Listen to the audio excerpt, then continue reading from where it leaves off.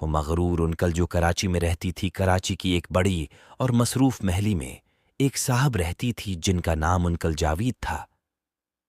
Uncle Javed بہت امیر تھی اور ان کے پاس بڑی گاڑیاں، عالی شان گھر اور ہر قسم کی آسائشات موجود تھیں، مگر ان کی ایک عادت تھی جو لوگوں کو ناپسند تھی۔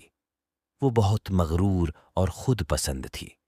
انکل جاوید ہمیشہ دوسروں کو اپنی مال و دولت کی وجہ سے کمتر سمجھتی تھی۔ وہ کبھی کسی غریب یا ضرورت مند کی مدد نہیں کرتی تھی اور ہمیشہ لوگوں کو ان کی مالی حالت کی حساب سے پرکھتی تھی۔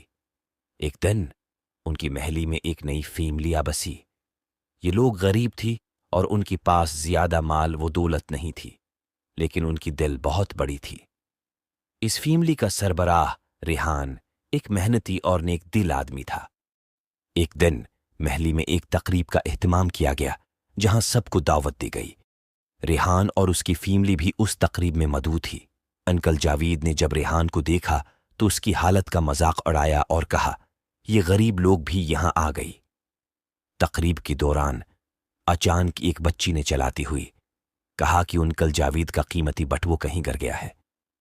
سب لوگ بٹوے کی تلاش میں لگ گئی لیکن بٹوہ نہیں ملا۔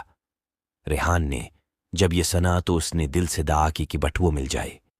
کچھ دیر بعد ریحان نے بٹوہ ایک کونے میں پایا اور فوراً انکل جاوید کو واپس کر دیا۔ انکل جاوید نے ریحان کا شکریہ ادا کیا اور پہلی بار اس نے اپنی مغرور رویے پر غور کیا۔ اسی احساس ہوا کہ انسانیت اور نیکی دولت سے نہیں بلکہ دل کی خالصت سے ماپی جاتی ہے۔ اس نے ریحان سے معافی مانگی اور وعدہ کیا کہ وہ آئندہ سب کی عزت کرے گا اور اپنی دولت کا استعمال لوگوں کی مدد کے لیے کرے گا۔ اس واقعے کے بعد انکل جاوید نے اپنی رویے میں تبدیلی کی اور محلی میں سب کے ساتھ محبت اور احترام سے پیش آنے لگی۔ سبق: انسانیت اور نیکی کا تعلق دل کی خالصت سے ہوتا ہے، نہ کہ مال و دولت سے۔